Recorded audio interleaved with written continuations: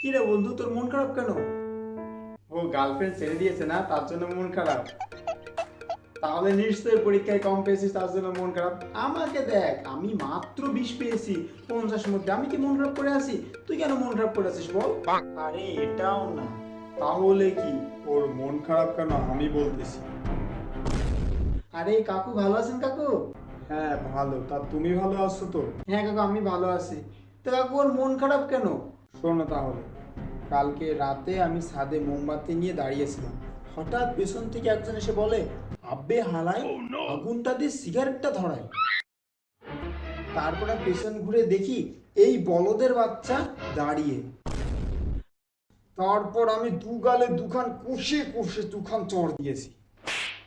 তারপর ওকে আমি জিজ্ঞেস করলাম, আচ্ছা তোকে সব শিখিয়েছে কে সেটা বলতো। ও কি বললো জানো? কার নাম বলেছে কাকু? कौन है ये लोग? ও বললো তুমি নাকি ওকে সব শিখিয়েছো। ফালতু কথা একদম কবি নে। কাকু বিশ্বাস করুন কাকু, আমি সত্যি সিগারেট খাই না। সিগারেট কি করে ধরতে হয় তাই জানি না কাকু, আর ওকে তো শিখানো দূরের কথা। হ্যাঁ হ্যাঁ, আমি তো জানি তুমি এসব খাও না, শো না, জানো না। কিন্তু এই বলদের বাচ্চা তোমার নাম কেমনে নাই বলো? আচ্ছা তোমরা গল্প করো, আমি আসতেছি।